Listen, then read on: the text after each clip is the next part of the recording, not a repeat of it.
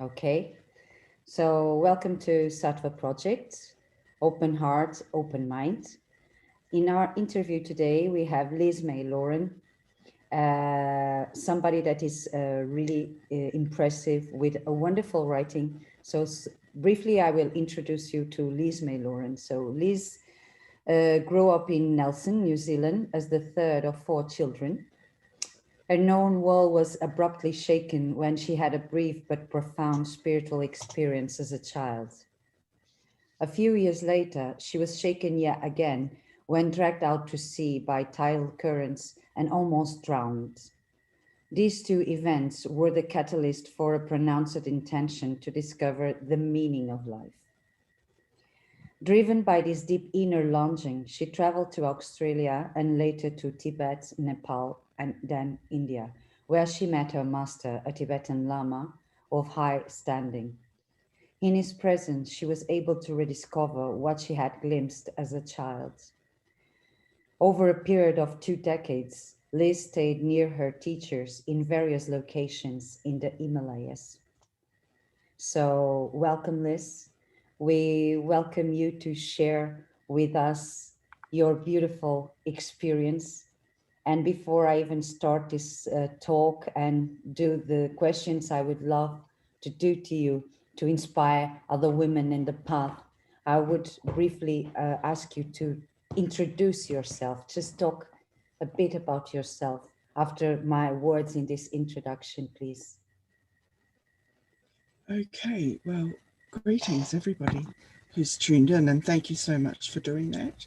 And thank you, especially Sonia, for giving me the opportunity to share with all of you.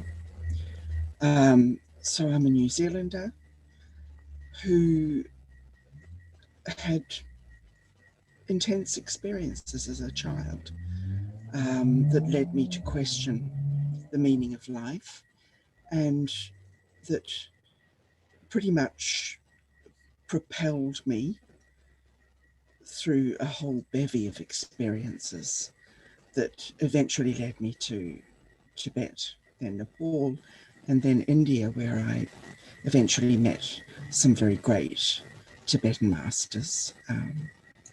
So yeah, I'm just an ordinary person who has been able to lead a relatively extraordinary life. So I feel very privileged for the life that I've been able to lead, that's for sure. A very And I'm happy inspiring, to share. very inspiring to others also. When I first heard about your experience, I was totally overwhelmed. So it was really the first step to move me to your books. And then by reading your words, it really touched my heart. And that's why I think many women need to know your work and you a bit more deeply so they can feel very, very inspired. So tell us about yourself and how you first get in touch with the Buddhism. Why Buddhism? This? Right, well, I didn't have any particular intention to become a Buddhist, but various little life circumstances, a sense of resonance with the values of Buddhism, I guess, would have been there quite naturally from pretty early on. So all these things, you know, eventually led me to the feet of my masters, and seeing them, probably more than anything else, was the catalyst for taking the steps that I eventually took.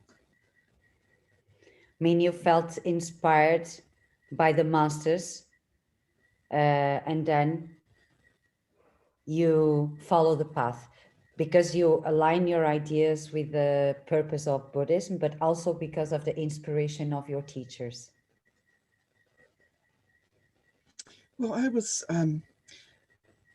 you know, I had an experience as a child that revealed a very great truth. I was so young then, I didn't have the mental equipment. Couldn't put things into words. I couldn't understand intellectually what had happened to me. But what I realized in that during that experience was an unshakable truth. You know, I had complete certainty in what was revealed, and that never left me.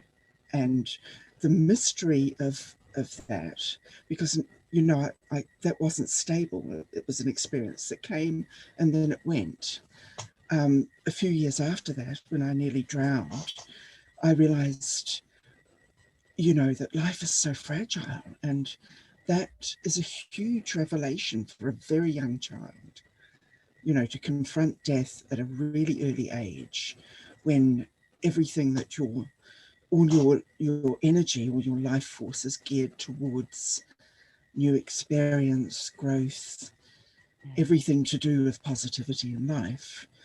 But suddenly you realize it can be cut off just like that, just a snap of a finger. That was a huge motivator, and it brought up questions in my mind, along with other life events that happened along the way. All of these things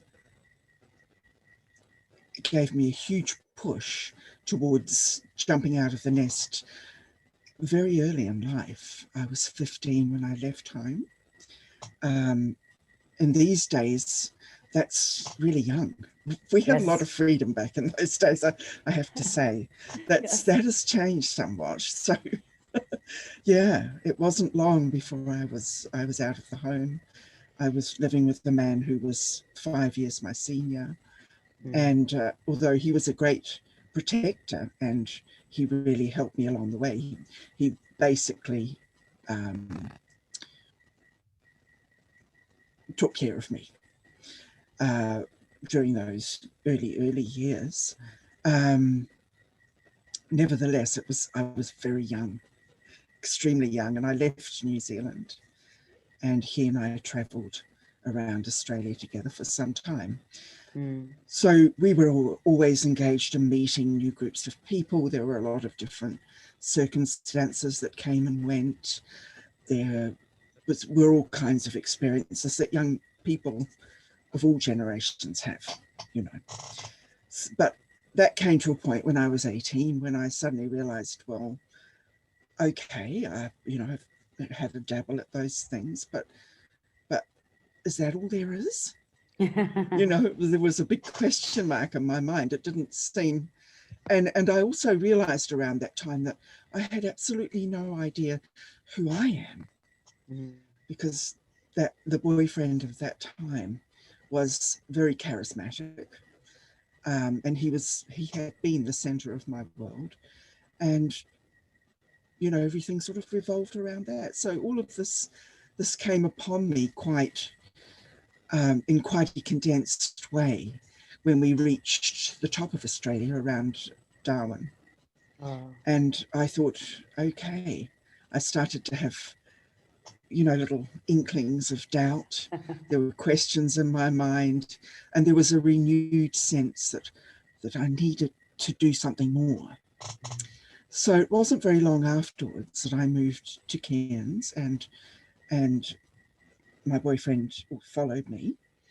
We lived together for some time, but it was never going to work because by that time, I was really intent on investigating further and learning how to meditate.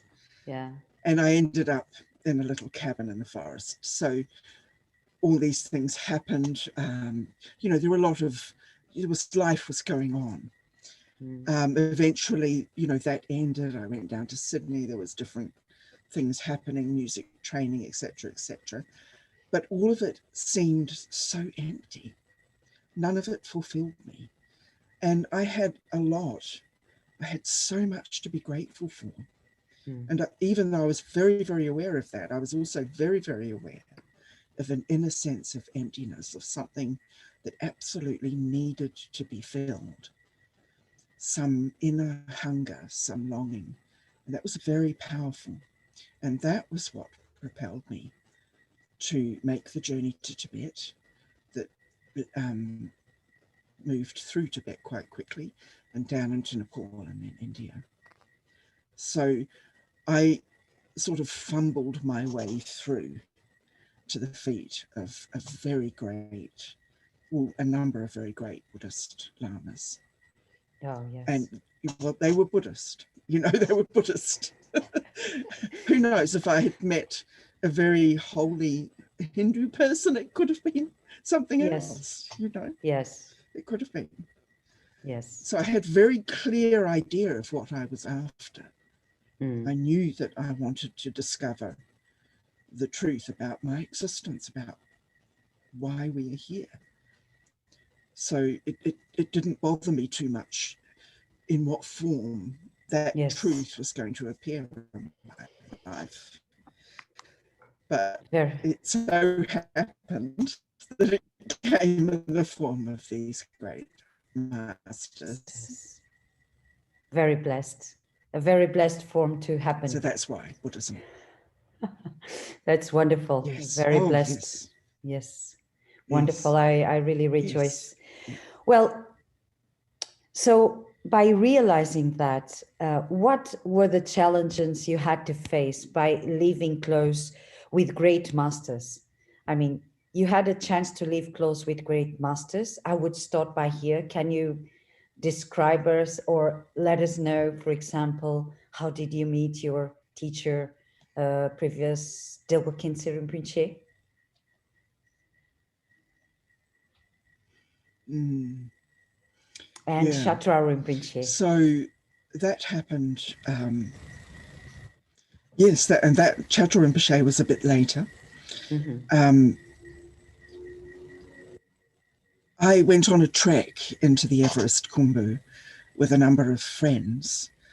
And when we were coming back down on our way down to Kathmandu, we stopped a night in Namche Bazaar. And I woke up very early, much earlier than anyone else. And I just got up on an impulse and started walking towards the north. And there was a very well-defined path going that way, but it was not a tourist route or anything of that kind. When I came up onto that pass and crossed over the ridge, I could make out a tiny little building way up on the side of the mountain, and it really had a sort of magnetic appeal for me. I thought, what is that? And I could just make out sort of vague colors of something like a temple. I mean, it would have had to have been. Only temples were crazy enough to be in such high remote places, you know. So then I made a decision that I was going to try and go up there. The people that I was with were staying for a day or two in Namche, and then they were going down. So the next day I knew they would be resting. So I took a day pack and I climbed up to that place and discovered that there were a couple of Western guys staying there. That was a big surprise. Way up in the middle of nowhere. And they were so not pleased to see me. Yeah, I can imagine. They felt like their special place had been sprung. And this woman had just appeared out of nowhere. You know, with a big smile, you know, looking totally gleeful, like, oh, like I just won the jackpot. Very spectacular place, associated with Lama Zopa. It was the place where he, in a previous incarnation, had practiced and done his retreats. Wow. There was a cave behind that place. So, yeah, I saw that place. Now, I went down again that same day and I told my friends, look, I'm not coming with you to Lukla. I'm going to come down after a few days, because they told me in that temple that I could stay if I wanted to. So I gathered my things and I went straight back up there. Much to the great displeasure of those two particular men. But they soon left. And I got their room. Oh, wow. And their room had a window over the temple that looked out. It was like being in an aeroplane. Wow. It was really amazing. So while I was there, I was spending time just sitting and practicing meditation, just being silent, being quiet in Lama Zopa's cave. And I took careful note of the photographs, the framed photographs that were on the altar. And amongst them was a small black and white photograph that had not been framed. Mm. And the face in that photograph was very striking to me. And it was actually a picture of Chatral Rinpoche. Mm. And I thought, gee, who is that Lama, you know? Yeah. And so I made it a point to ask the caretaker, and he said, oh, that's Chatral Rinpoche. And I said, is he alive? And he said, I think so. Where does he live? Darjeeling. So Yeah. then, you know, it was like, the chain of events started from there. Okay. So when I met Chatral Rinpoche, he very pointedly mentioned to me that there was going to be a great empowerment of Kala Chakra in Bodh Gaya that winter, and that His Holiness would be giving it. But I didn't really have any thought about going to that in my mind. And I took leave of him. I had a very pleasant time in his presence. Ostensibly, I was going back to Kathmandu to catch a flight back to Sydney to return to do my classes and, you know, my students and things like that. So I was going back to Australia, basically. But I got to the bus stand, and instead of getting on the bus that would take me to the border of Nepal, I got on a bus that took me to Bodh Gaya. And that was how I came eventually to meet His Holiness Khyentse Rinpoche, who appeared before us, a huge and vast gathering of people, probably the biggest that Bodh Gaya had seen.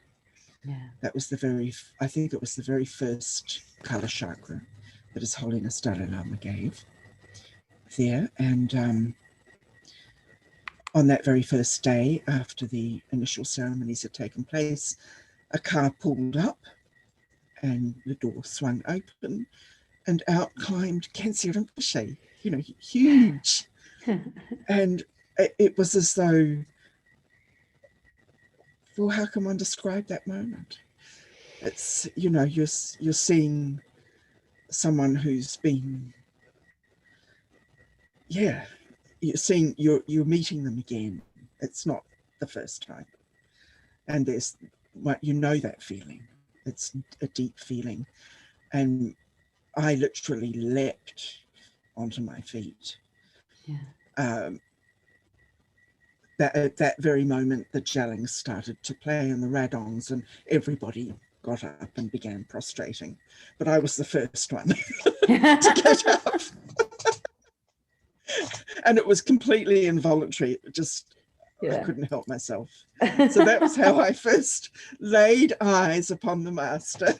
That's incredible. And in such an amazing place, in such an fortunate circumstance, that is the Kala Chakra empowerment, and in Bodh Gaya, it's brilliant. It's such a wonderful, positive karma. That is great. I rejoiced. You were describing, and it's a huge feeling of a joy was arising while I was hearing you, Liz. Thank you so much for sharing that.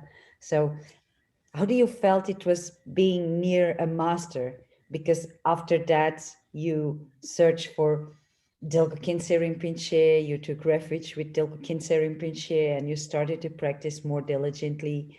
And how was to be next to a master of, like previous Dilgo Khyentse Rinpoche, with this huge dimension, not only physical, but especially his spiritual dimension, his aura, his, I don't even have words.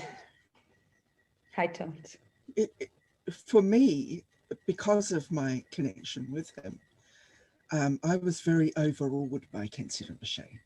He was never at any moment, not even a single second, for me, an ordinary person. Of course, Khyentse Rinpoche had a very large Sangha. You know, he had many Tibetan students. He had many Himalayan students from all across the mountain areas, Nepali students, Indians even, and many Westerners from all around the world. and the Westerners would come and go, but there was a core group around him of older students, many of whom had been Khyentse Rinpoche's students, Yes. with whom I became quite close, and they were like my core Western Sangha. Mm. And then for a period of months, many different people came and went. So the dynamics of those various people were all very different. And one was, you know, I was incredibly green. I knew nothing. You know, so I made lots of mistakes, lots of blunders. I think I learned reasonably quickly because I watched carefully and I listened well. And I was, you know, very anxious to make a good impression. I mean, it became, you know, very apparent to me how important that was. And according to that, according to the way that one presented oneself within that Sangha, that was how you were treated. Yes, yes. So things like dress code and mannerisms, behavior, way of speaking, respect towards the lama, all these things, you know, one had to be very mindful of on all occasions. So being near a master like Khyentse Rinpoche, well, for me personally, it was, you know, he simply became the center of my world, and that world revolved around him. So when he was in Bodhanath, he did spend several months in Bhutan each year, but the rest of the time he would be in Bodhanath or in Bodh Gaya on a couple of occasions, but mostly it was at his monastery in Chichen. Then I made it my business to be there and to be around. And so I was hanging around in the monastery from early morning until you know, they closed shop basically. Yeah. So I ingratiated myself to Matthew Ricard, who was already, you know, an old student of Khyentse Rinpoche's and very active in many, many ways. And I was, you know, pottering around helping Matthew and in the office, and then, you know, I could slip into Rinpoche's rooms at any time that I sensed anything of interest was taking place. Wow. And be part of it. That's so wonderful. What a bless. It's wonderful. That's blessing. I don't know that I was welcome all the time, but I've definitely pushed myself in there. I understand yes, you. It was marvelous, yeah. So you felt like overwhelmed, like something was, how can I put this in words? Like something in you was just like reborning, renewing. I don't know. What is the proper word to the feeling that you were living over there? Well, the thing with Khyentse Rinpoche was, and nobody could really deny this when they saw him in person. Did you see him in person, Sonia? Did you meet him in person? No. Okay. I never met previous Dilgo Khyentse Rinpoche. Only Dilgo Khyentse Yangtze Rinpoche I met, not previous Dilgo Khyentse. The previous Dilgo Khyentse was utterly striking. There was nothing ordinary about him. Nothing. So he wasn't one of these great masters, and there were many who could slip and melt into a crowd. Yeah. He wasn't like that. He was striking, and his presence was striking. So everyone was affected in some way or other by that presence. For me, I always felt that he knew everything about me, everything. The good, the bad, the ugly. Yes. You know, and I always felt, often I felt, you know, there's just so many different feelings. Because when we're near a master like that, it's like being under a magnifying glass. Yes. You know, everything heats up. Another analogy is like, it's like, you know, you're boiling the milk so that everything that's inside is going to come out. Yes, yes, yes. And so very intense personal inner experiences were taking place, and also quite intense experiences between the Sangha members. So you're in a real melting pot of dynamic energies. But, you know, I would get up in the morning, I would make a beeline to the monastery, straight to Rinpoche's room, and I would peep in his door, and he would go like this with this huge finger. He'd see me and he'd go. From that moment on, I would know that he would know from looking at me what was going on, and I would know by the look in his eye that he knew. And then he would put his hand on my head and the day would begin.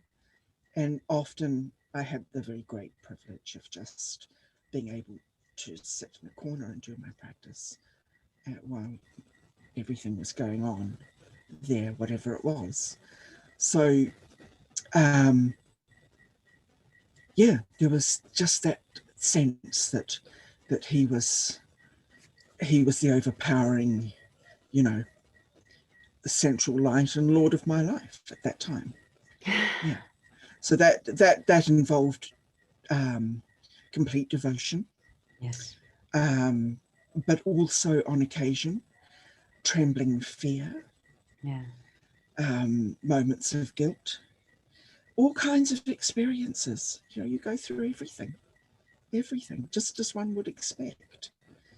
When one has encountered an authentic master of that level of realization. Yeah. This so in a nutshell.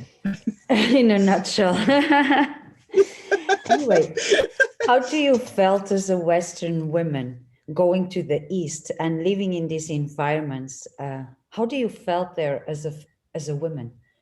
Did you realize some difference in treatment between women and male and female practitioners and male practitioners? Even in the Eastern society, what do you felt about women? What did you saw? What did you live there? Can you share with us a bit about that? Well, I mean, I came from a democratic society where we have always enjoyed great freedoms. So New Zealand, Australia, perhaps in the day when I was being raised, 60s, 70s, it was somewhat patriarchal, but these things, they are still quite rife in our societies, despite the fact that we live in these, you know, wonderful democracies as such.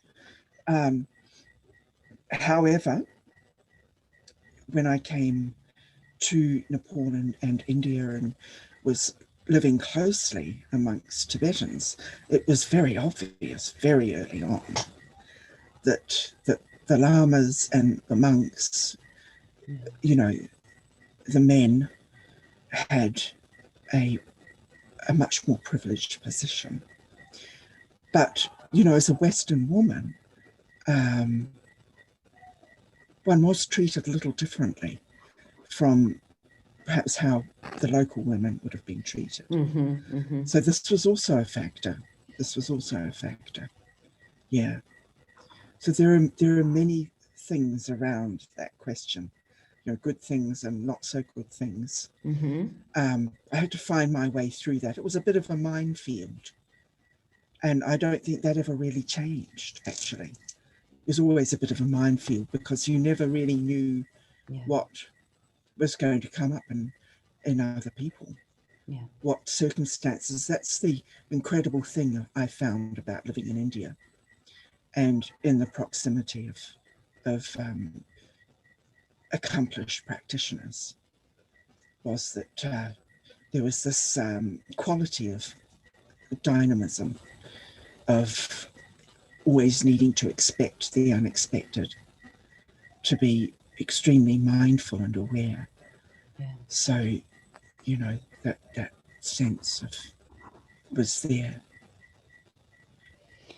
So certainly, yes, there were differences, yeah, in that way. You realized, for example, according to you could see by yourself the different approach and mentality, for example, in the way men treat women in those countries, because it's a cultural question. It has a lot of cultural also. Well, when I started doing my retreats, and this was after His Holiness Khyentse Rinpoche passed away. Yes, now we are going to talk about Chatral Rinpoche, the amazing yeah, Chatral Rinpoche. I had yes, I will be delighted to hear about this. Yes. Yeah, I had received so much from Khyentse Rinpoche. You know, my cup was full, my cup was overflowing, and there was no way that I could really understand the profundity of everything that I had received. I hadn't had a chance to digest or assimilate. He had just been giving and giving and giving and filling that cup. And there were moments of very intense connection with Khyentse Rinpoche that were mind-changing, but they had nothing to do with conventional teachings and empowerments. Yes. They were silent transmissions. Mm-hmm. So after he passed away, I felt the only way that I could repay his kindness and move forward in some way that was that could be meaningful would be to begin to practice the Dharma, you know, to take out from all of that something that I could resonate with on a personal level and practice it and accomplish it in a deep way. So I went into a retreat, and during that time met Chatral Rinpoche. Fundamentally, staying near my masters was the entire reason for taking on the whole cultural thing. It wasn't because I was, you know, fascinated by Tibetan culture or, you know, deeply interested in the philosophy of Buddhism or even the formal and conventional side of Buddhism. I have to state that quite honestly. You know, I was very much impressed by seeing for the very first time in my life what a human being can become. That was very, very evident in His Holiness Khyentse Rinpoche, because he was like at the apex of what a human being can achieve from a spiritual point of view, from a truly human point of view. And beyond that, you could see that, you could feel that. To me, that was absolutely extraordinary. I couldn't think of anything else that could approach how extraordinary that was. Yeah. What an amazing thing in our midst. You know, that's what these great masters are for us. Yeah. You know, we can, you know, all the pop stars in the world, all the charismatic presidents, actors, actresses, all these people, they have nothing on the power and the majesty, the natural, spontaneous inner majesty of a fully realized being. And so this was the compelling factor. This was the reason why I put up with so much stuff. You had to put up with a lot to live there. It wasn't easy. Yeah. But that was why I did it. And that was always first and foremost in my mind. Yes. Yeah. That is what I would like you to share with us. What do you have to put up with? Because that is something I'm sure many people with enough devotion that want to follow a genuine teacher and is willing to go through the most difficult things because of the devotion aspect and because of the willing to transform themselves and take the best of the example of the teacher in the path. But then this is not a wonderland world. It can be even extremely complicated, harmful, I can say. So would you like to share with us about that? Because with open heart, we need to embrace this kind of difficult questions as an Well, awareness generator. with every master and with every sangha, those challenges would be different. Mm-hmm. They would be quite unique. So there's no sort of branding here, Yeah. I think my message to women would be that when you're in the presence of an authentic master, it does accelerate the burning of our karma, our individual karma, and that is it. That means that we've come into an environment that's very dynamic, and that can be, a lot of things can happen in a short period of time.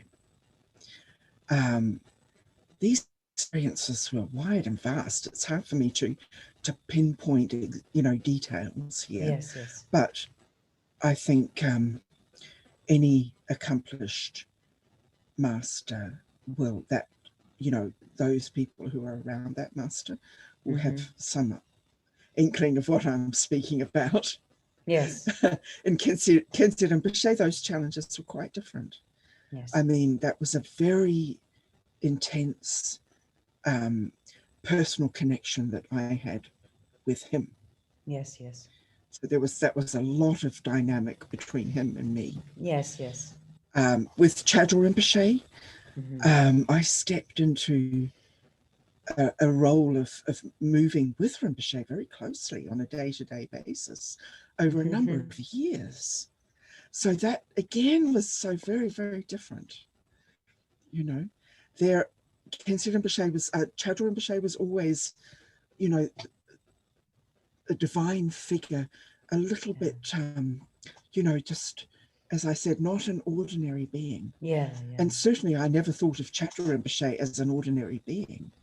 But because our interconnection was so organic, Yes. through in life circumstances, nothing was contrived there. I never asked. On one occasion, I asked for formal teachings from Chatral Rinpoche, but otherwise the teaching was being with the lama. Yes. And every day, every moment, every situation with the lama was the teaching, and he was marvelous to move with. If you want to see what a truly realized being is like, yes, in human form, to move with him was to witness that, and to be continually humbled by that. I can imagine. I don't have idea, because I have such a deep, strong devotion and admiration to Chatral Rinpoche and to his amazing way of relating with things. It was so peculiar, so unique. Really, it is something that I deeply admire in Chatral Rinpoche, is his ability to stay away from politics, to never be like conventional behavior, and to be, I don't know, for me is genuine, totally, I don't know, pure. It's something that is, it is what it is. It is just this. It's something that you have to deal. I don't know. I wish I could have met him. I was always profoundly moved by his incredible practicality. Yeah. I never met anyone who was so down to earth and practical. He was so sensible. And but with that good, solid, earthy sensibility, there was incredible learning and wisdom. And that was always apparent. Yeah. So he always moved from that place. So you know, you couldn't get flighty around him. You couldn't, you know, he was a very earthy Lama, and he expected that in his students. Yes. He was quite particular in that way. You know, he wouldn't have dealt with anyone with unstable mind, because he simply didn't feel that they were ready for the ultimate teachings. Yes. He didn't feel that the time had come for them, so he simply didn't deal with them. But Dilgo Khyentse had all kinds of people coming within his purview, and of all shapes and sizes and stages of the path. So each Lama has his own way and his own particular mode of activity in the world. And it's not that it's anything better or anything less, it's different. And it meets a need within that niche. Yeah, absolutely. So it was all about so amazing. The masters. It was I was quite happy to deal with everything, the physical difficulties, because I was often ill, the cultural difficulties, the difficulties with visas, the difficulties with money. there were many things, you know, that we had to face, but we did all of that because we knew somehow that the power, the blessing, the grace of the master would protect, and it did. Yeah. Powerfully. On occasion. Definitely. Gobsmacking, smackingly, magically. You know, they're just, So through the great privilege of being able to spend all those years in their vicinity, well, faith did not diminish. Yes, it devotion. Was greatly enhanced. It was enhanced. Yes, I understand. But you even more so in retreat, I have to say. Even more so when I began practicing and I began to really be able to comprehend the teachings that had been bestowed, then then the tears would begin to flow spontaneously at any time during practice. Yes. You know? Yeah. That is huge blessing. Yes, it is. Yes. It is. But that too came with many, many challenges. That too. Yeah. You know. But tell me about those challenges, Liz. Tell me about those challenges you have to face as a woman, and especially as a Western, in a context like, for example, Darjeeling. Living with the when I environment there. When I first met Chatral Rinpoche in 1991, it was very soon after Khyentse Rinpoche passed away, because I had gone into retreat in Paping in Nepal, and he was living at the bottom of that hill. So when I first moved to Darjeeling, Rinpoche wanted me to go to a retreat place called Dharma, but I became very ill. I had hepatitis A and was very ill for quite some time. And so Rinpoche offered me a place in the first monastery that he had, and really, apart from Yanglasha in Nepal, it was really the only temple that he ever maintained. Someone had offered that to him in a place called Jor Bungalow, and he gave me a little cabin to live in. And initially, I just stayed there for some time, and was coming and going. And then one day, Rinpoche said to me, well, you know, because he called me Sangye Dolma, the Swiss Khyentse Rinpoche, given me that name, and Chatral Rinpoche's lineage is Sangye. Oh, So yes, he'd yes, always Sangye. been, and Yeah, so, yeah. you know, it was very appropriate that I was called Sangye Drama. So he said, well, Sangye Drama, now that this is your place. You can have this place. I'm giving this place to you, and you don't have to worry about, you know, moving and where are you going to stay and how are you going to pay and all this sort of thing. So I thought, wow, it was so unexpected, and it was totally miraculous. So that was where I was living, Jaw Bungalow. But a few months afterwards, I had gone to the caretaker when I was about to go down to Siliguri.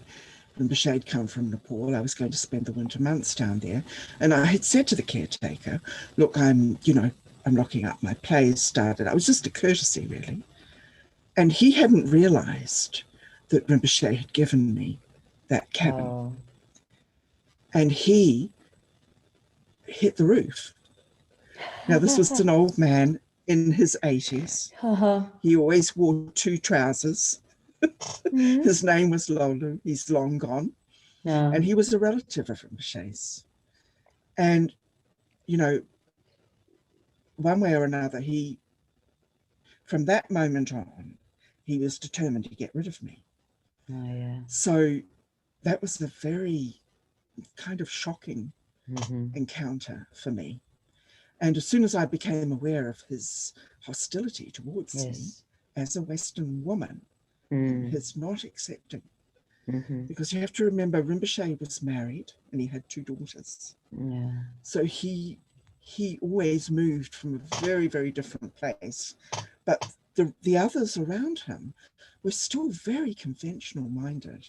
Yeah. You know, they hadn't, it was highly unusual that I, as a Western woman, was staying in that monastery because there were monks and lamas there. Yeah. So it was an unusual situation. And so, yes, this obstacle came. And so I let go of the place. I simply went to Rinpoche and I said, I cannot, you know, there's conflict and I will relinquish it. And he had already pointed me towards Dasma Retreat Centre. But due to illness, I hadn't gone there. So slowly, when my time of moving with him finally drew towards a close and I felt that deep inner urge to go into retreat, then I moved down there. And I built a little place that was about 50 meters from the main monastery. That little place in the forest was not really known to any but the locals.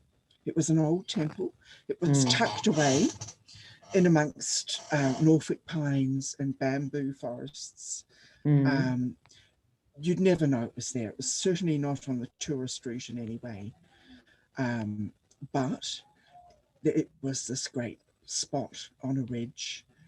And so I decided to build my little retreat house there. Rinpoche gave me the choice of building on Gompa land. But in the end, because of what I had encountered in Jaw Bungalow, I actually rented the land just across the footpath, about 2 feet away, on a local farmer's land. I didn't want to encounter that problem again. Yes. Or the possibility of that problem, least of all when I was setting up for a retreat. Yes. So I took that decision, and that was a very, very good decision. But I was somewhat isolated from the monastery. I had, you know, being a Westerner and loving my views, I had chosen a spot that was a little bit down from the stupa and that had amazing views. You know, just I could see from Everest to, you know, the far corners of Bhutan, basically. Wow. And all the valleys of Sikkim, and of course, Kanchenjunga was right in front of my eyeballs. Yeah. So that's why I had chosen that place. But a good friend of mine, a Lama friend who was looking out for me, he was my looking out person. He was the one who protected me and helped me a lot through all those years. He wanted someone to be nearby, and he built another retreat house nearby prior to building his own. And a lama came down there, and he began a traditional 3-month, 3-day retreat. So that lama, who had come from the monastery in Jor Bungalow, was not able to complete his retreat. He did not achieve stability in his practice. He was not stable of mind.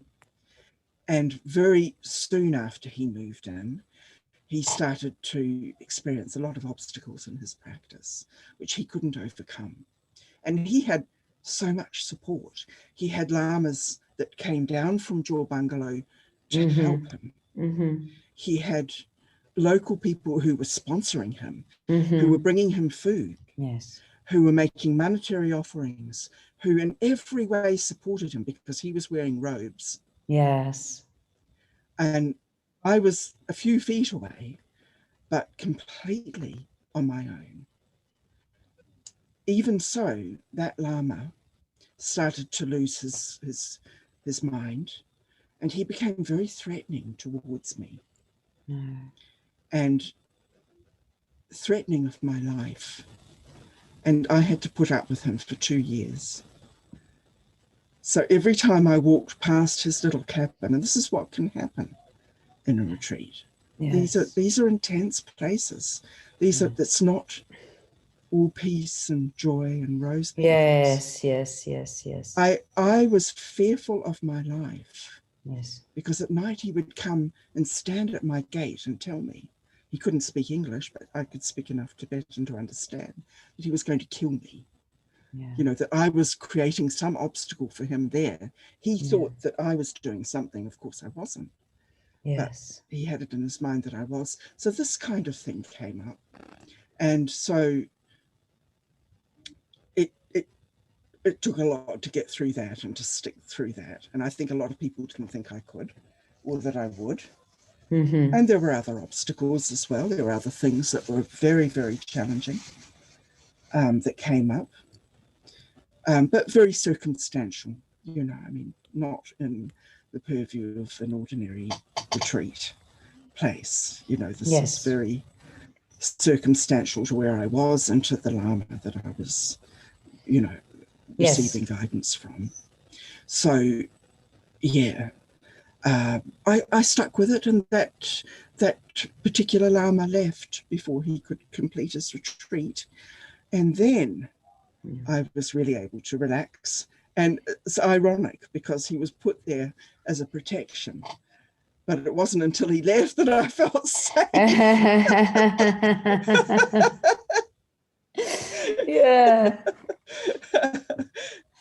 Really, it's incredible because you Once were he saying left.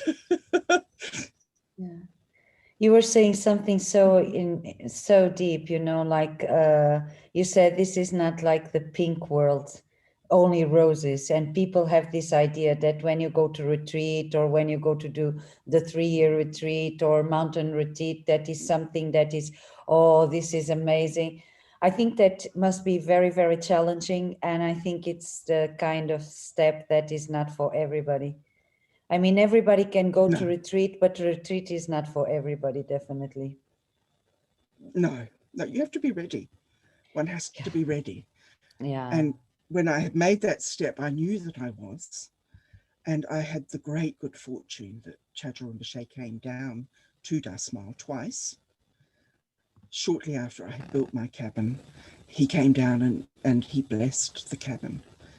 And I requested, you know, very clearly, very pointedly and directly and verbally, you know, to receive his guidance and blessing and protection during that time.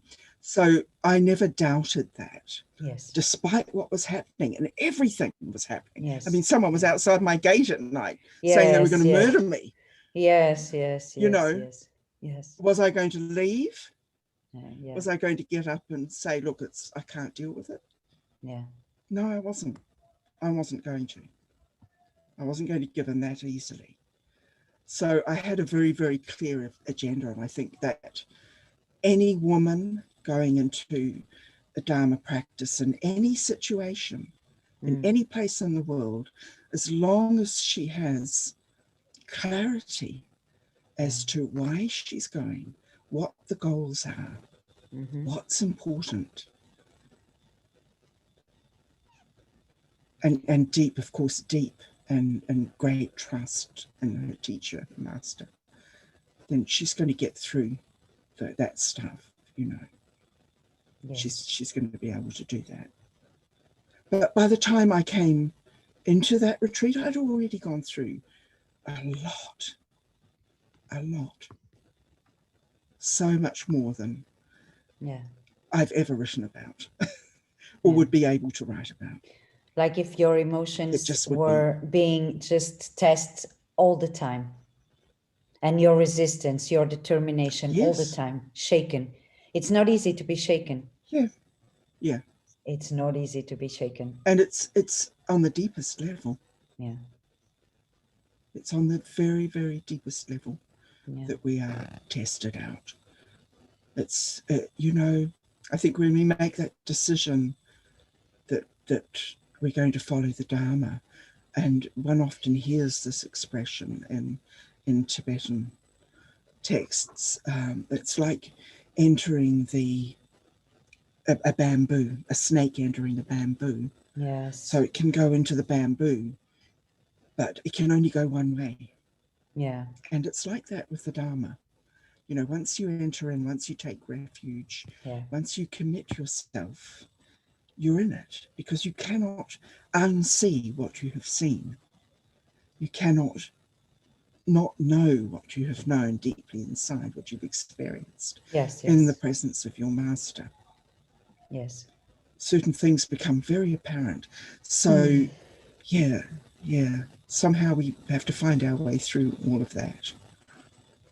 Yes, this is very, very challenging, but you really need to have a deep devotion, and you have to have deep determination to not be led drawn by your emotions during the process, because this is very intense. I never been in a mountain retreats, but I believe it's deeply intense, and you have to deal with things, as you were saying, like survival mode. You feel your survival always threatened, and especially if you have somebody saying that he's going to kill you or something like that, it's extremely disturbing. It's like, wow, you need to really have a very stable mind to deal with that daily, all the time. So it's quite challenging for everybody, but for a Western woman in that territory, that's even more challenging. Yeah. And on top of that, the people that were in the temple, in the main compound of the temple, could hear what was happening. They could hear him threatening me, but no one at any time ever came down and even shone a torch down there.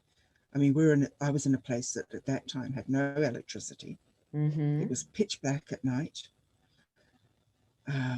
Yeah. So I was incredibly vulnerable. And I realized these people aren't going to help me. And why do you think they do that? Why do you think they didn't went there to help you, or at least to offer you They were afraid. protection? They were afraid. Okay. One of the things about Das Mile Gompa was it was an old monastery. And below that monastery, and not very far, probably not more than 20 meters away, was a very old cremation ground. So that's where all the local people of the area came with the corpses to burn the corpses. That was happening right there. You know, and that's very real. Yes. When you get those processions, you get those corpses being taken, they would come straight past my little cabin and work their way up to the Gompa. So I was constantly reminded. Yes. Of, you know, wow. And then if I went, you know, after everybody had left, the fire would still be burning. There might be one or two people down there. Maybe everyone would have left, but you could see what was taking place on the pyre. it wasn't all covered up and hidden away, you know, in a concrete building Yes, somewhere yes, in the yes, yes. suburbs, like our Yes, yes. crematoriums are in the West. Mm. You know, everything's out in the open. Yeah, yeah, yeah. Eyeballs bursting, you know, limbs popping off and stuff. You know, Yeah, yeah, yeah, yeah, it was all going on there. It was very, very real. And so it was this was a very dynamic place to be practicing the Dharma, and you know, yes, definitely. Yeah, there was no sense of at any time taking it easy. There Yeah, wasn't ever that feeling. very, very, very good points. Yeah. Let's pick this point and try to see this like, you know, did you felt a big difference in your path just because you didn't wear robes? Yes, of course. Yeah, a big difference. Because in the East, you know, people judge you instantaneously. I mean, they do around the world, but even more so in the East, Yes, on yes. appearances.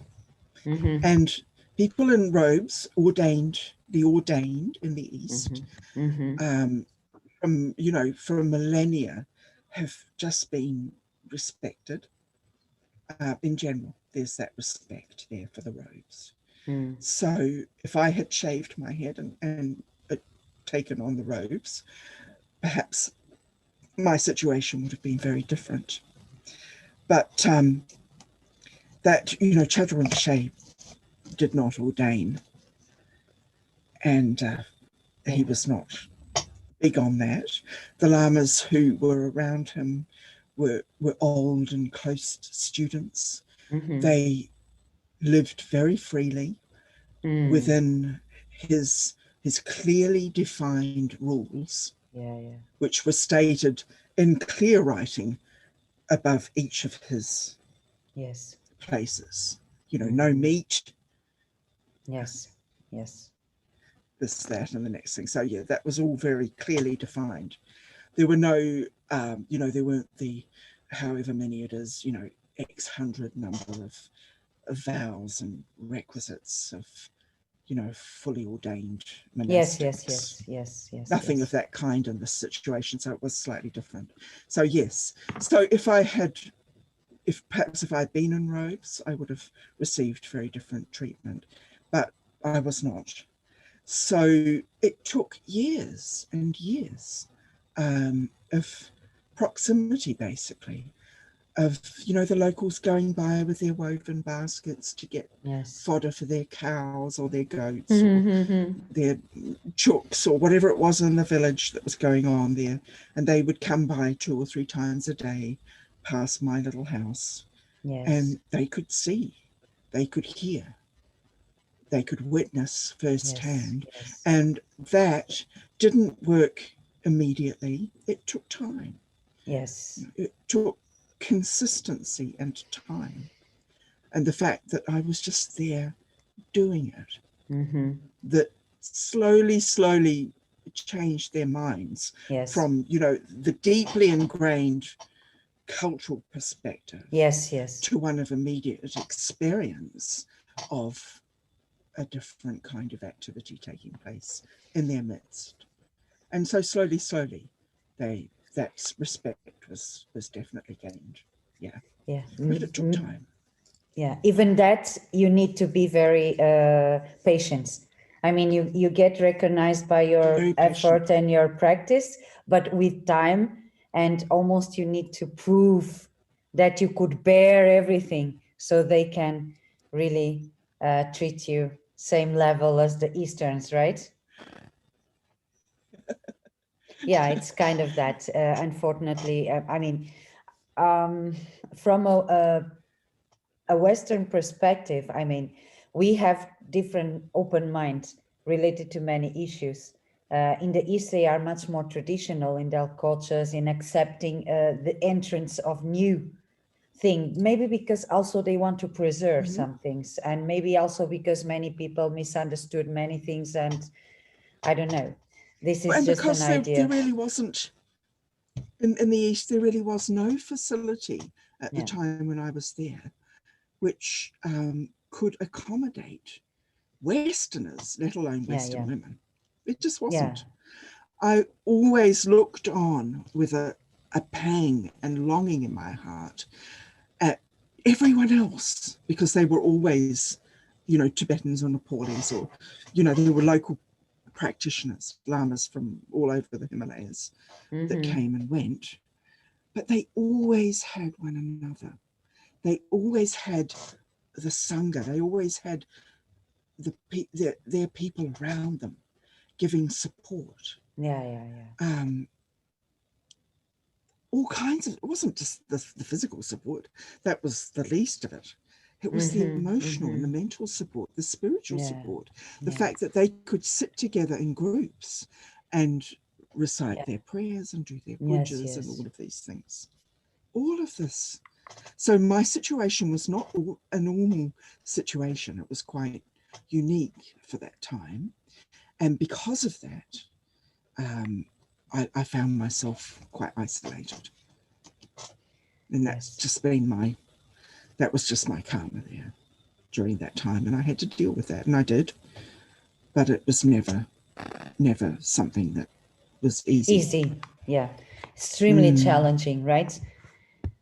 Extremely challenging. Maybe to the extremes, right? Sometimes some moments you must have gone through that must be very, very hard. You really need to be very stable mind to deal with that very directly in that precisely moment. Not easy at all. Yeah. Oh my. Yes, I can imagine. So tell me something. You decide to be lay practitioner, or you wanted to be a nun and then you change your mind? You know, I had very unpleasant experiences as a child. When for a number of years my parents sent me to a Catholic nunnery. I was only a day student. I was not boarding there. But even as a day student, I just had very unpleasant experiences of those nuns, unfortunately. And being so young, it stuck in my mind. I mean, I may have been wayward. You know, there were times when I was beaten, and I still have scars, you know, for things that at the time I felt were incredibly unfair and unjust. But in those days, even in the 60s, can you imagine now what would happen if that was the case? It just wouldn't happen now, you know. But they were real bullies, and that put me off Catholicism. It definitely put me off any kind of monasticism. And I was quite rebellious against all of that, including the whole Buddhist monastic situation. There was a brief moment when I thought, oh, maybe I should be ordained. And I asked Khyentse Rinpoche, and he said, oh, it's not necessary. I can give you the vows if you want, but it's not necessary. And I took that as meaning no. And then that was it. It never came up again. so I just... You didn't insist. No. Your determination was not that.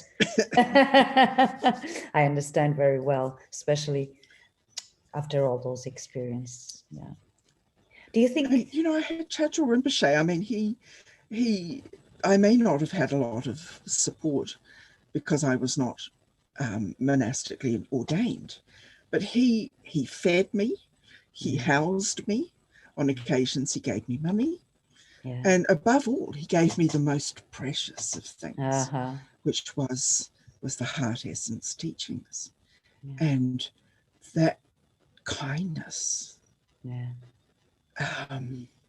from such a being.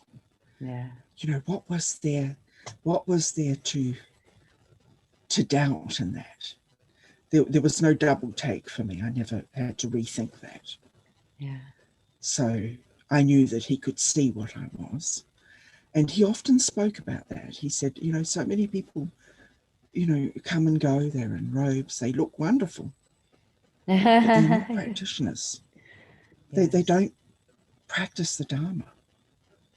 they have all the appearance, you know, they're mouthing the prayers, fingering the mala, you know, reading the sadhanas. All the appearances are there.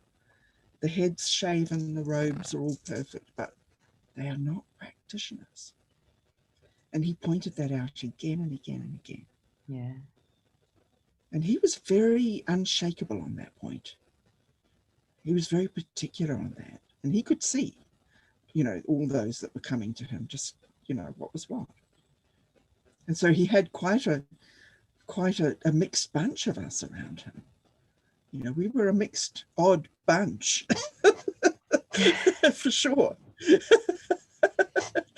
Yes, it's incredible. You know, I even brought tears to my eyes. I think it's so true, and it's so something we really must bring out in our days. It's just that people use robes like a fashion style, or the Nakpa Zen and all of that. Just like, I think proper meaning sometimes is missing, and proper practice also is very far away. But And this is those what happens realized beings, yeah, they in really, all of the religions. This is what happens. This is what yes, happens. that is Unfortunately. True. Yeah. And in the East, most people wouldn't know this, but yeah, the majority of people in robes are pushed into that circumstance through no volition of their own. yes, It's rarer to find those who have come to the Dharma from their own inner volition. yes, yes, yes. However, many of those who had come to Chatral Rinpoche had come that way. Mm-hmm. So they had that in there, and therefore they could withstand the many challenges that they faced. Yes. And many of the lamas, many of the nuns, many of the practitioners were in the mountains under very, very trying circumstances. Yes. These were not easy living conditions. No. And you know, their retreat huts up in the snow in the winter their walls were plastic. Wow. Just thin plastic. Yeah. They cooked on little fire, you know, with wood that they had to collect from the forest, and they collected their water from the streams. And this included the Prince of Sikkim and various other, you know, dignitaries that came and yeah, undertook their retreats under Rinpoche's guidance. Yes. Nobody got special treatment. Yeah, that is great. It was all part of it. Yeah. That is very interesting. And this is really, you know, like, how should I say? I don't know. It's kind of amazing. It's, I think, missing in our days. We really need to put our eyes in these kind of things. You know, it is no special treatment. It doesn't matter if it is the king of Sikkim or if it is the beggar over there. The purpose is the same. So, you know, only our minds do this catalog thing. It's kind of weird. Anyway, as a woman, I'm sure you must have faced such a obstacles, like challenge situation, like feel your life threatened and feel not understand by the surroundings and feeling alone, not supported. Did you ever felt you want to give up? Never. No. Prior to going into retreat, I faced very serious obstacles, including Chatral Rinpoche banishing me from the monastery. Mm. And this was all due to someone in the Sangha, you know, weaving little plots and making problems for me due to his own, it was a complicated situation.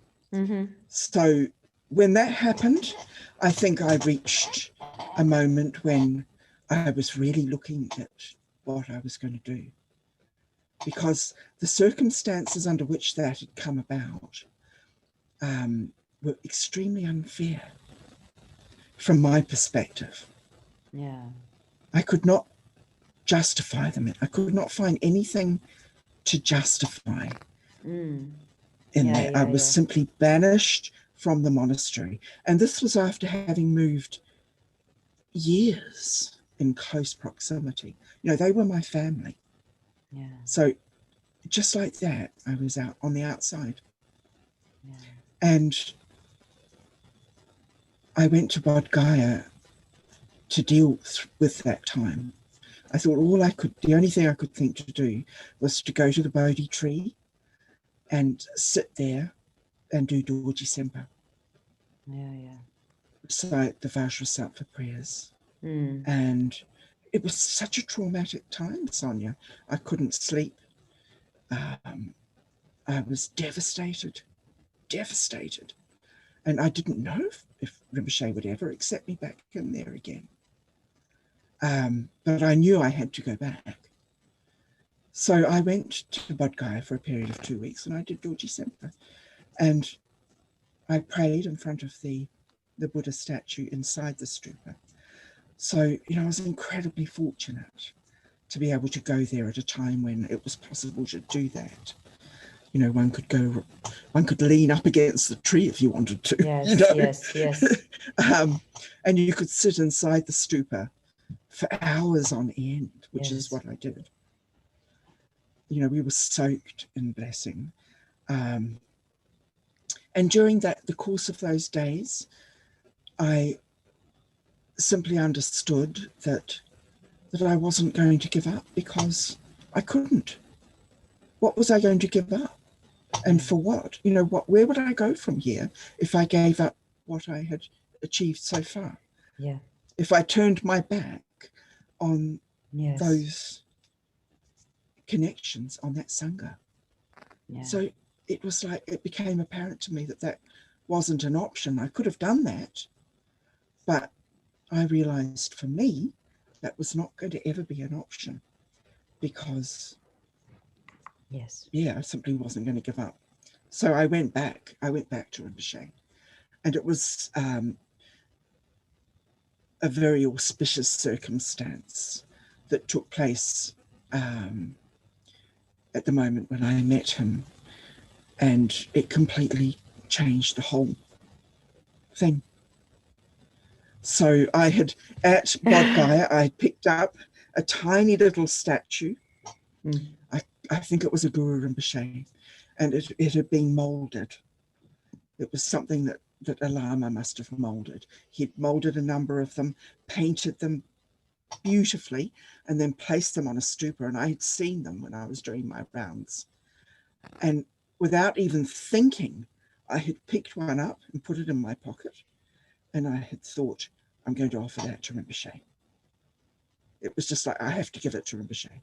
There was no like, oh, I shouldn't take that, or there was nothing. It just leapt into my pocket, basically. Incredible. So incredible. When I encountered him that morning, he was in Siliguri at that time, I had folded that statue into a kanda. And the first thing that I offered him with my two hands when I saw him, and he was just coming out of his room, he had another lama with him that I had never seen before. And I went straight up to him, shaking from head to foot, not sure if he was going to say, "Be gone." Yeah. I didn't know what was coming. I didn't know. And I'd just gone through a whole night, a bumpy night in the bus. I was exhausted and hungry and weak and sick and everything. Traumatized. Oh my goodness, incredible. So you had such an amazing statue. I had put the statue in front of him, and do you know what that lama had in his hand? He had exactly the same statue. Rinpoche had requested him a few days earlier to make those molds of that particular statue, and that lama had been endeavoring to do that, and he had been doing an imperfect job. So Rinpoche was on his way at that very moment to go downstairs to show him how to mold that statue correctly so that it would be perfect. Rinpoche never accepted shoddy work of any kind. He was very, very, very particular. And at that moment, I had come with this perfect statue. I mean, it was just so miraculous how that happened. And the minute he saw it, his face just lit up. It was like another sunrise. So Incredible. I knew that was the auspicious omen. I knew that everything would be fine. Yeah. And from that moment on, my relationship with Rinpoche completely changed. And then I went into retreat. He gave the teachings, you know, the transmissions directly, and that's when it all took off. Yeah. So if I hadn't gone through that, if I had turned my back, if I had walked away, can you imagine what I would have missed? Yes. I would have missed the most precious years of my life, for sure. So that's this is my main message. Yes, this that's my main message. I was going to say that. Let's pick this advice after hearing all these words from you to the women that want to practice genuinely. Can you imagine if they go back before what they would have missed, just like you? You know, they never feel sorry to pass and gone through a lot of situations, a lot of difficulties. They should have strength and especially faith, devotion, and your devotion that move mountains. Like, I will not turn my back. I will go and bear everything until the end. This is just like what I call the mountain will. Is like a mountain. Is like, wow, it's unshakable. This is incredible. And it has to be, Sonia. I mean, afterwards, of course, that changes, and one begins to understand that you know, there is no me doing any of this. Yeah. You know, there's nothing worth protecting. Yeah. Absolutely. You know. Yes. And that too is tested out in the most confronting ways. Yes. You know. Yes. So it's very challenging. Nothing is left. No stone is left unturned. No stone. Definitely not. It's incredible.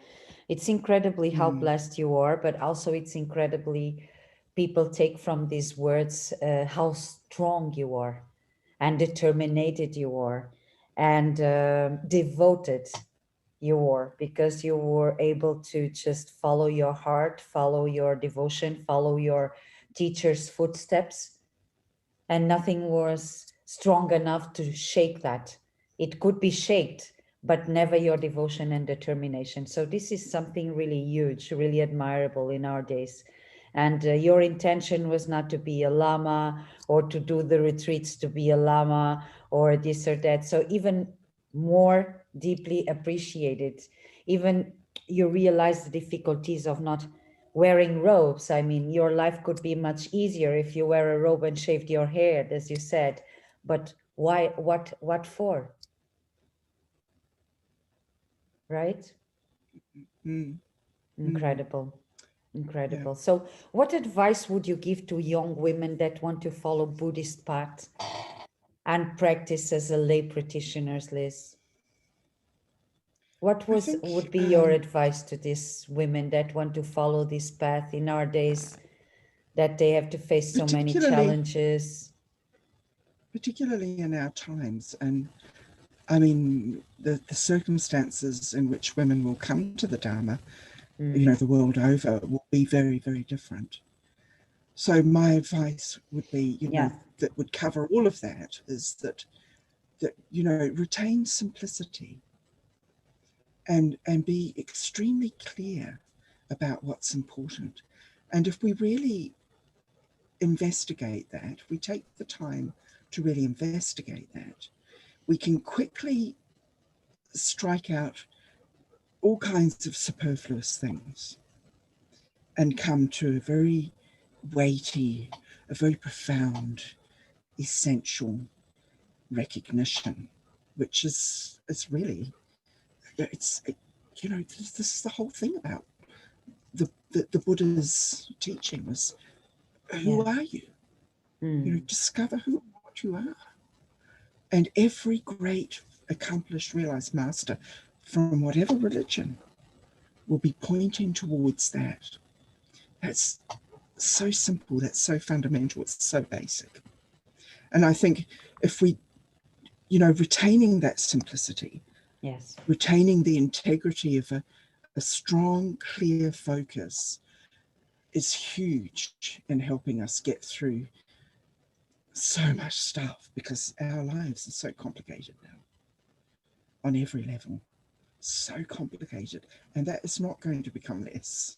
no, Digital technologies, for one, they're not going anywhere, and there are extraordinarily positive things and extraordinarily negative things, and much in between, and that is yet to be figured out.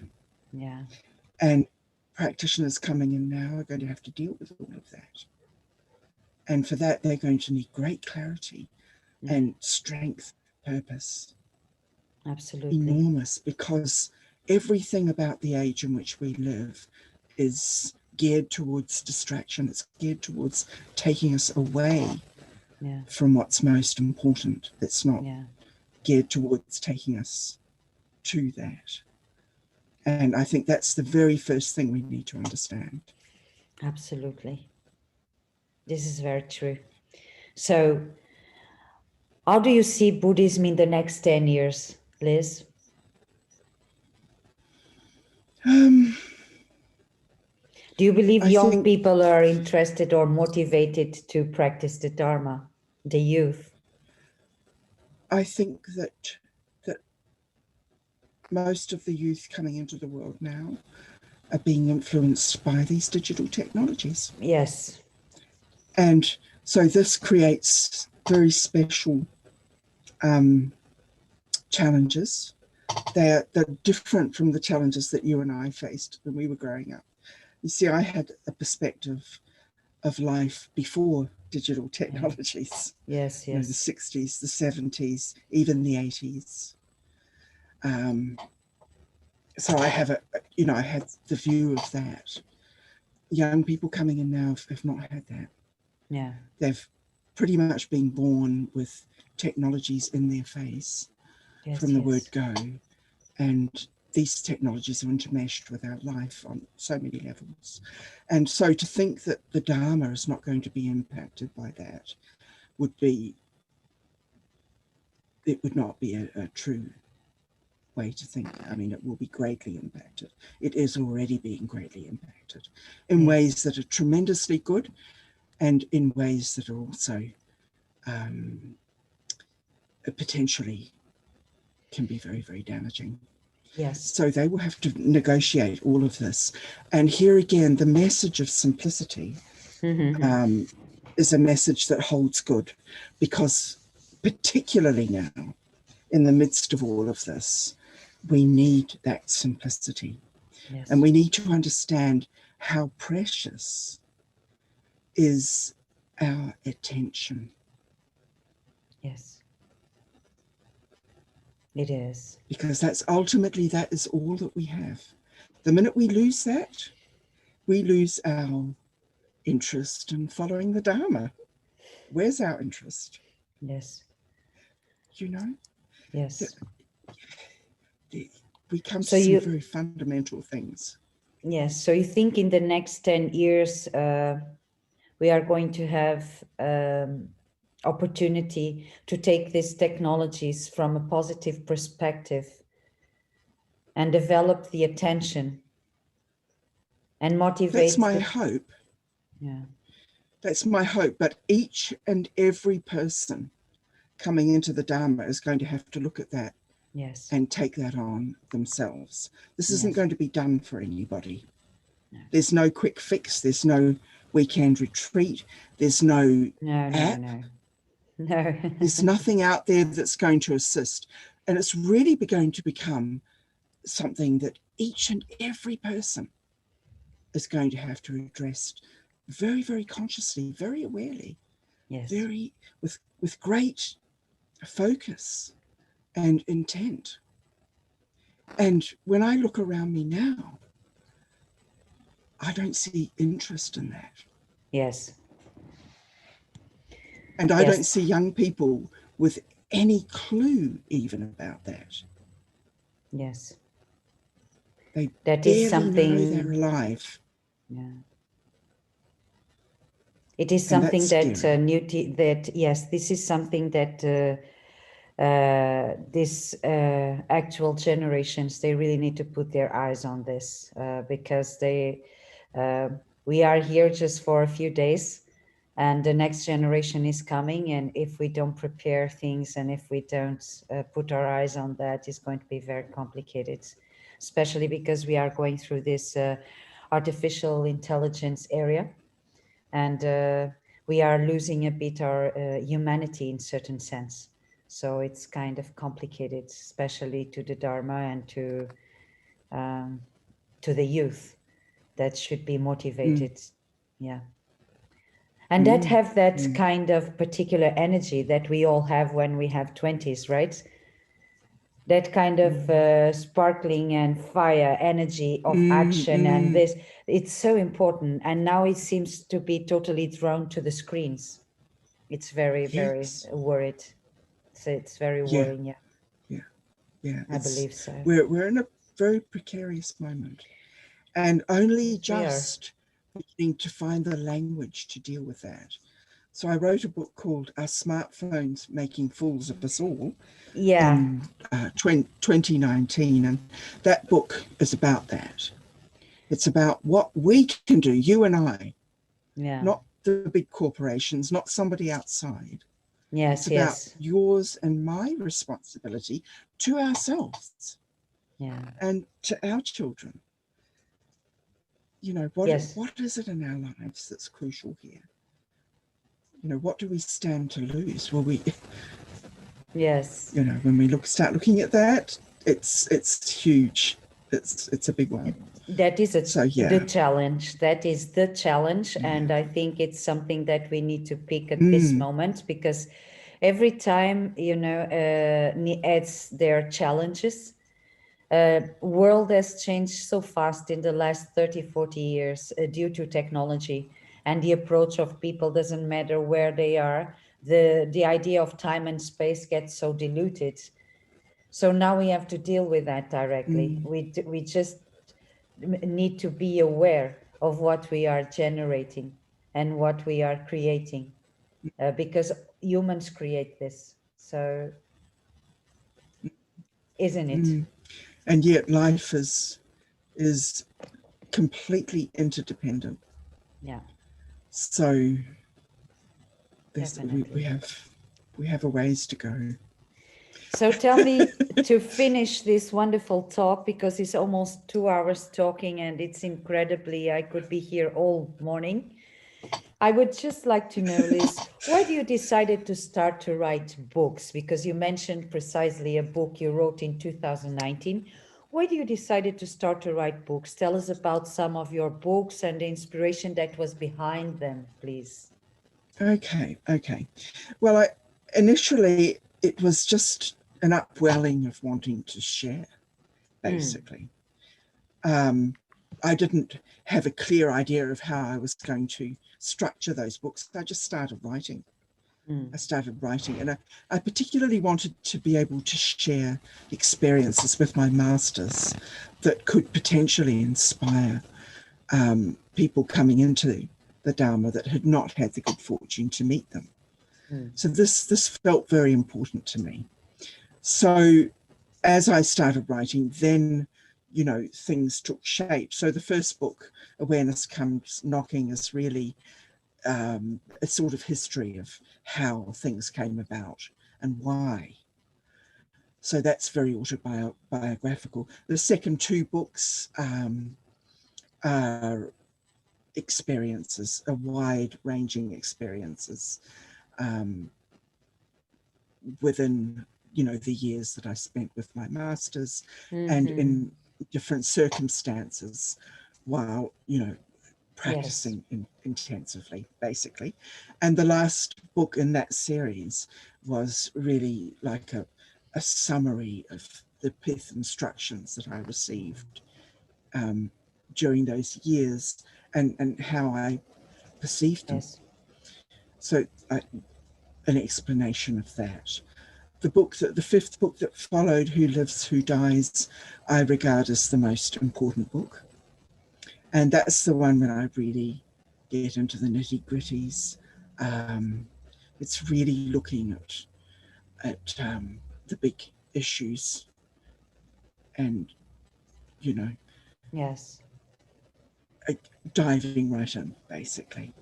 And then other books have come, they've just come, you know, things are keep popping up, and so I just keep writing. And very Yeah, good, so I must say. Very, very good and very inspiring writing. So please keep going. It's incredible. So thank you, Sonia. really deeply, deeply felt. This is my genuine opinion. If you want to leave some Thank you message so much. to our women, to our youth, whatever you want to say before we finish this small conversation, I hope the beginning and the first of many in the near future. I would love to hear your advice, please. Your words. Here they are, please. I think it's simply that, you know, basically fundamentally our condition is a very simple one. We exist, and that's a huge mystery, and we need to investigate the basis of that, because that's the basis of all spirituality, all authentic spirituality. We need to discover who and what we are. And as long as that's our lodestone, as long as we are moving towards that, Yeah. then no matter where we are, no matter what we're doing, whether we're a lay person, whether we're an ordained person, whether we're in the East or whether we're in the West, it really doesn't matter. Whether we're 80 or whether we're 18. If we can hold that in front of us and keep that as the shining, burning light, then grace will flow and we will find our way. We will find our way towards greater wisdom and greater compassion, and towards the knowing of that which is most important to know in this life. It's just that. It's so, so simple. Who and what we really are. That's the whole point of it. Thank you so much, Liz. Thank you, Sonia. Thank you for this wonderful talk, and thank you for your generosity in giving 2 hours of your time to talk with us. And I really appreciate your words, and I felt very inspired. As always, you can put tears in my eyes when you mention about certain kind of experience with high realized beings. It's incredible. I think only this was enough for everything. Sometimes we don't need much worse, isn't it? So that's true. That's so true. I deeply thank you from my heart, Liz. Thank you, thank you, thank you. And may all beings can benefit from our talk, and may all the merits can be shared with all. So this is just the meaning and the purpose of these conversations, is to bring some awareness. And if there are any merits here, may they be shared with all our brothers and sisters, and that can be positive in some aspect. If there is a seed already, good. So thank you very much, Liz. I wish you a wonderful night. I'm sorry to take your time again. You must be tired. So thank you. And we will see you soon again.